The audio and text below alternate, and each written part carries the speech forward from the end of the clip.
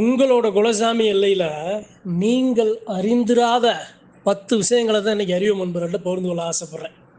ஏங்க, எங்கள் குலசாமியை பற்றி எங்களுக்கு தெரியாதா? நீங்கள் என்னங்க புதுசாக வந்து பாடம் எடுத்துக்கிருக்கீங்க அப்படின்னு யாரும் நினைக்க வேணாம்.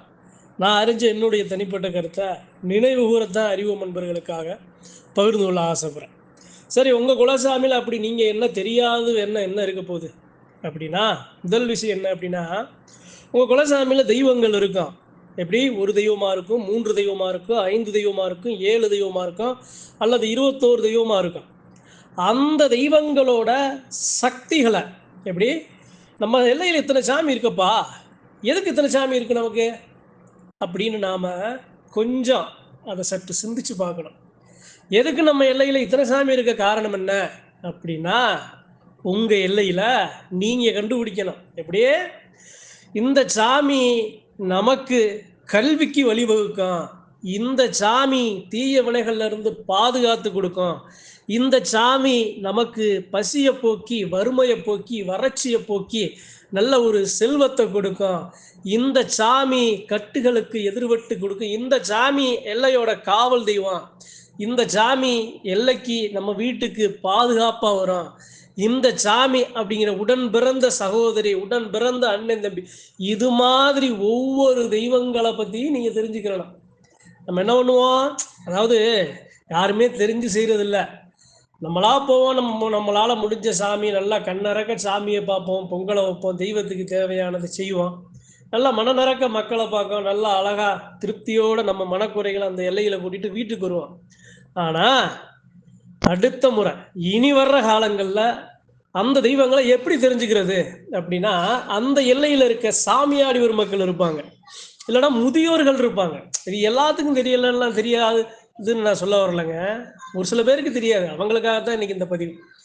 அந்த பெருமக்கள்கிட்ட, அந்த பூசாரி பெருமக்கள்கிட்ட, அந்த சாமியாடி பெருமக்கள்கிட்ட, அல்லது அந்த முன்னோர்கள் முதியவர்கள் யாராவது வயசான பெருமக்கள் இருந்தாங்க அப்படின்னா, இந்த சாமி எதுக்கு, ஏன் நம்ம ஏன் வணங்குறோம், இந்த சாமியை நம்ம ஏன் இப்படி கும்பிடுறோம், இந்த சாமிக்கு எது பிடிக்கும், இந்த சாமி ஏன் மருத்துவ தெய்வமா இருக்கு அப்படிங்கிற மாதிரி விஷயங்களை நாம தெரிஞ்சுக்கணுங்கிறத முதல் விஷயம். இதை ஞாபகப்படுத்த ஆசைப்படுறேன்.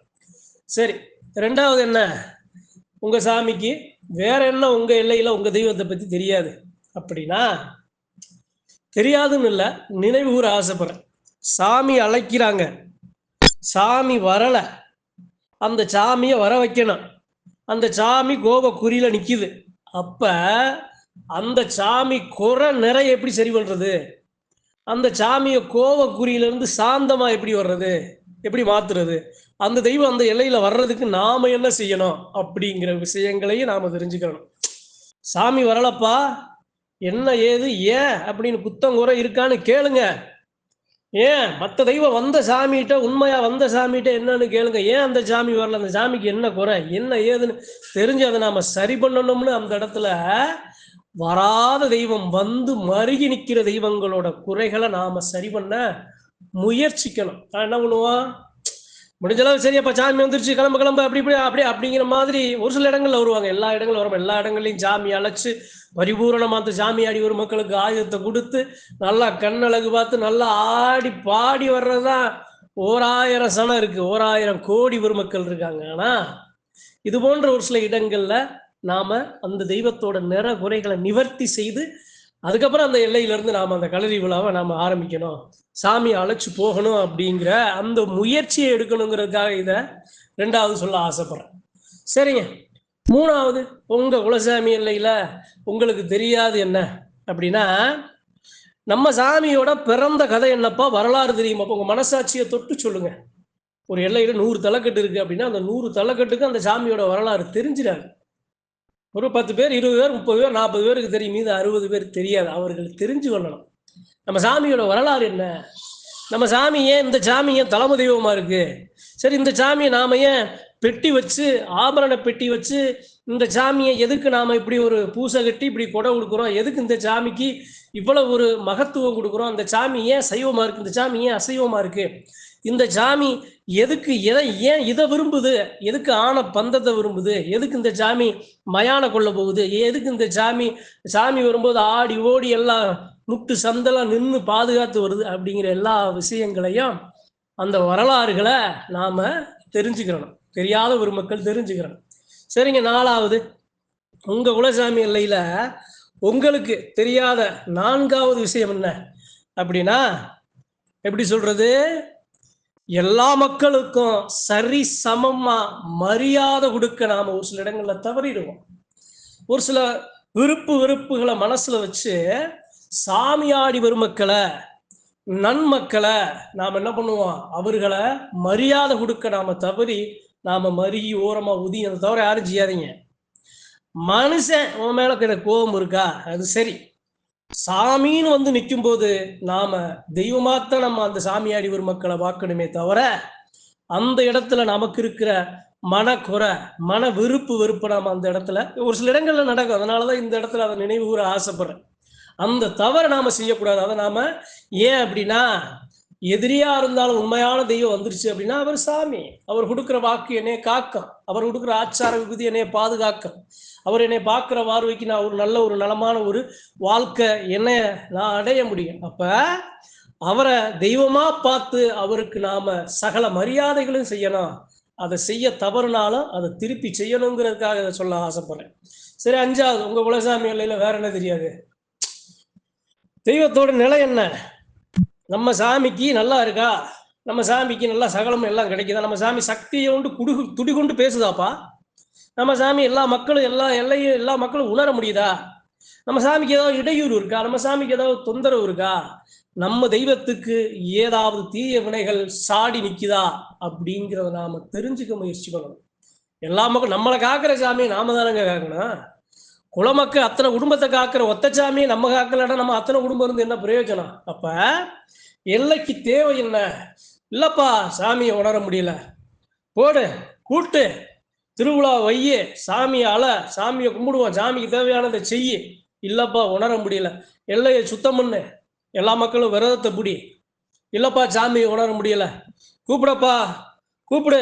நம்ம அந்த தெய்வத்தை அந்த எல்லையை சுத்தப்படுத்தி ஒரு சில ஹோமங்களை வளர்ப்போம், யாகங்களை வளர்ப்போம். கணபதி ஹோமத்துல இருந்து அஸ்திர ஹோமத்துல இருந்து ஹோமங்களை வளர்த்து சக்தியை பெருக்குவோமப்பா இந்த எல்லையில அப்படின்னு எல்லா மக்களும் கூடி நின்று அந்த சாமியை வளப்படுத்தணும். அந்த சாமிக்கு தேவையான சக்தியை பாதுகாத்து கொடுக்கணும். இது 5. சரி, 6வது, உங்க குலசாமி எல்லையில உங்களுக்கு தெரியாத 6வது விஷயம் என்ன அப்படின்னா, ஒரு சில தெய்வங்களை வணங்கணும் அப்படின்னா அந்த தெய்வங்களுக்கு உள்ள கொடுக்குற அந்த படையல் முன்னோர்கள் ஆதி காலத்துல இருந்து இப்ப வரைக்கும் கடைபிடிச்சு வந்திருப்பாங்க. அதை நம்ம சரியா கடைபிடிக்காம விட்டுருவோம். அதை நாம சரியா கடைபிடிக்கணும். தவறுதலா அதுல தவறு செய்யாம அதை சுட்டி காட்டி, இது நம்ம சாமி நம்மளுடைய முன்னோர்கள் இப்படித்தான் இருக்கு, இந்தந்த இதை வந்து இந்தந்த பங்காளி மக்கள் மட்டும்தான் எடுக்கணும், இது வெளியாட்களுக்கு சேரக்கூடாது, வெளி மக்களுக்கு கொடுக்க கூடாது, மண்ணுல ஓட்டு புதைக்கணும் அப்படிங்கிற மாதிரி ஒரு சில கட்டுப்பாடுகள் இருக்கு. அதை எல்லா மக்களும் தெரிஞ்சுக்கிறணும். அந்த எல்லையை பாதுகாக்கிறதுல மிக சிறப்பான ஒண்ணு அது தெய்வத்தோட ரகசியம். இது போன்ற அந்த கட்டுப்பாடுகளை எல்லா மக்களும் தெரிஞ்சுக்கிறணும். சரி, 7வது, உங்க குலசாமி உங்களை பத்தி, உங்க குலசாமிய பத்தி உங்களுக்கு தெரியாத விஷயம் 7வது விஷயம் என்ன அப்படின்னா, இந்த சாமி வந்தா இன்னொரு சாமி வரும். இந்த சாமி வந்துருச்சு, இந்த சாமிக்கு ஆதாரமா இன்னொரு சாமி வருமாப்பா. அண்ணன் வந்துட்டாரு, தம்பி வருவாரு. ஆத்தா வந்துருச்சு, மயம் வரும். மயம் வராம ஆத்தா வராதப்பா. அண்ணன் அழைக்காம தம்பி வரமாட்டாரு, அண்ணன் அழைக்காம தங்கச்சி வராது. வந்தா 2 சாமி ஒன்னாத்தான் வரும். அப்படிங்கிற ஒரு சில விஷயங்கள் எல்லா எல்லைகள்லயும் இருக்கும். ரொம்ப அற்புதமா இருக்கும் அதெல்லாம் பார்க்கும்போது. ஒரு சாமி வந்து இன்னொரு சாமியை அழைக்க, ஒரு சாமி வந்து இன்னொரு சாமி துல்லும். அது போன்ற விஷயங்களை நம்ம கூர்ந்து கவனிக்கணும். அது மாதிரி இரட்டை தெய்வங்கள் நிறைய இருக்கும்.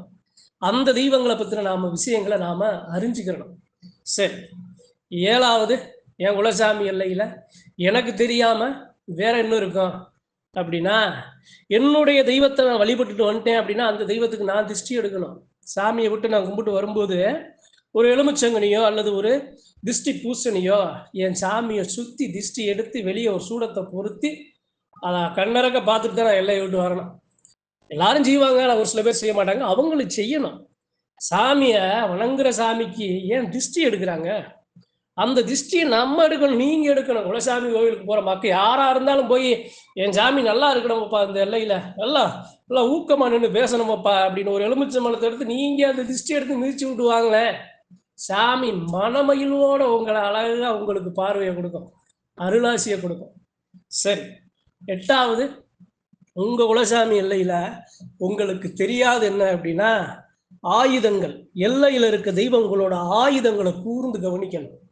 ஆயுதம் சேதாரம் ஆயிருக்கா, ஆபரண பெட்டி சேதாரம் ஆயிருக்கா, திருவுருவ சிலைகள் சேதாரம் ஆயிருக்கா, கோபுரம், கலசம் இது போன்ற எல்லை சேதாரம் ஆயிருக்கான்னு நாம கூர்ந்து கவனிச்சு அதை உடனுக்குடனே நாம சரி பண்ணணும். சரி, ஒன்பதாவது, உங்க குலசாமி எல்லையில உங்களுக்கு தெரியாத வேற என்ன விஷயம் அப்படின்னா, அந்த சாமியாடி பெருமக்கள், அந்த பூசாரி பெருமக்கள், அந்த வழிவழியாக அந்த தெய்வத்தை கொண்டு செலுத்தும், அந்த தெய்வத்திற்காக அனைத்து நிகழ்வுகளையும் முன்னாடி நின்று அதிகாரம் பெற்று அந்த தெய்வத்தை கொண்டு செலுத்துற பெருமக்களுக்கு மரியாதை, அதை நாம எல்லா மக்களும் சேர்ந்து செலுத்தணும். நம்ம செய்ய மாட்டோம். குலசாமி எல்லாம் கும்பிடு, ஒரு நாள் கும்பிடு, 2 நாள் கும்பிடு, 3 நாள் கும்பிடு, கும்பாபிஷேகம், இந்த மாதிரி நிறைய முன்னாடி மக்கள் நின்று பாடாப்படுவாங்க. ஒரு ஆளு, 2 ஆளு, 3 ஆளு, 7 ஆளு, 10 ஆளு எல்லாரும் சேர்ந்து அவர்களை பார்த்து அவர்களுக்கு மரியாதை செலுத்தணும். அந்த சாமி செலுத்தினதுக்கு சமம். கூப்பிட்டு எல்லா மக்களுக்கு மத்தியில, அம்மா, அண்ணன், நம்ம தம்பி, அவரு இந்த எல்லையில நல்லா நின்று செஞ்சு கொடுத்தாரப்பா. இது எல்லா எல்லைகளையும் செய்வாங்க. ஒரு சில எல்லைகளை செய்யாத மக்களுக்கு அவருக்கு இந்த பொன்னாடையை போர்த்துவான். அவருக்கு எல்லாரும் நம்ம குடும்பத்துல எல்லாரும் மனசார வேண்டுவோம். அவர் குடும்பம் நல்லா இருக்கணும், அவர் மக்கள் நல்லா இருக்கணும், அவர் பசி பஞ்சம் வறட்சி இல்லாம எல்லாரும் நல்லா இருக்கணும், எல்லாரும் வேண்டிக்கிறணும் அப்படிங்கிற மாதிரி அந்த மக்கள் அந்த இடத்துல போற்றப்படணும். உழைக்கிற மக்கள், தெய்வத்துக்கு தொண்டு செய்கிற மக்கள், தெய்வத்திற்காக பாடாய்ப்படும் மக்கள் அங்கே மரியாதை செலுத்தப்படணும். அந்த அவர்களுக்காக நாம் அனைவரும், அவர்களின் குடும்பம் மிக ஓங்கி வளமையாக செழுமையாக வளர நாம நம்ம சாமிகிட்ட நாம வேண்டிக்கிறோம். சரிங்க, ஒன்பதாவது, உங்க குலசாமியோட எல்லையில உங்களுக்கு தெரியாத விஷயம் என்ன அப்படின்னா, எப்படி சாமியாடி யாராவது எப்படி பாதிக்கப்படுறாங்க, ஒரு இழப்புகள் வருது, அவர்கள் உடம்பு அவர்கள் நொடிக்கப்படுறாங்க அப்படிங்கிற பட்சத்துல எல்லாரும் சேர்ந்து, ஏப்பா என்ன, ஏன் சாமியாடிகள் இவ்வளவு ஒரு நொடிப்பு, எதுக்கு இந்த இழப்பு, எதுக்கு இந்த வேதனை, என்ன கஷ்டம் ஏது அப்படிங்கிற நாம எல்லாமே நம்ம சேர்ந்து சரி பண்ணணும். சாமியாடிக்கு நடக்கிறது அடுத்து நம்மளுக்கு நடக்குமே. சாமி அந்த தெய்வம் சம்பந்த நிக்கிற வாகனத்துக்கே ஒரு பாதுகாப்பு இல்லாம அந்த விஷயம் நடக்குதுன்னா நாம சாதாரண மக்களுக்கு என்னப்பா பாதுகாப்பு, என்ன ஏதுன்னு நாம அதை சரி பண்ணணும்னு துடியா துடிச்சு சாமியாடி ஒரு மக்களுக்கு வழக்கரமா இடதுகரமா அந்த மக்கள் எல்லா மக்களும் நிக்கணும். சரி, பத்தாவது, உங்க குலசாமி எல்லையில உங்களுக்கு தெரியாத அந்த 10வது விஷயம் என்ன அப்படின்னா, குலசாமியை வருஷத்துக்கு ஒரு தடவை தான் கும்பிடணும் அப்படிங்கிறத மாற்றி, எப்போதெல்லாம் கஷ்டம் வருது, எப்போதெல்லாம் மனசுக்கு வேதனையா இருக்கு, எப்போதெல்லாம் மனசுல வலி இருக்கு, எப்போதெல்லாம் பொருளாதார தொழில் தடை, எப்போதெல்லாம் மன உளைச்சல், உளவியல் மாற்றம், எப்போதெல்லாம் நிலை தடுமாறி நிற்கிறோம், அப்போதெல்லாம் நீங்க உங்க குலசாமி நீங்க வணங்கணும், அந்த எல்லைக்கு போகணும். அந்த சாமியை தொடர்ந்து, என்னை அனுதினமும் காக்குற சாமியை ஒரு தடவை மட்டும் நான் வணங்காம என்னால முடிஞ்ச எல்லா நேரங்கள்லையும் என் குலசாமியை நான் வணங்கணும் அப்படிங்கிறதான் 10வதுன்னு சொல்லி இந்த பதிவை அறிவு நண்பர்களுக்கும் குலதெய்வ பெருமக்களுக்கும் உங்க குலசாமி எல்லையில நீங்க செய்யறதுதான் இருந்தாலும் இந்த பதிவு மூலமாக இது எல்லாத்தையும் நினைவுகூர ஆசைப்பட்ட. நன்றி, வணக்கம். மற்றும் ஒரு பதிவில் சந்திப்போம்.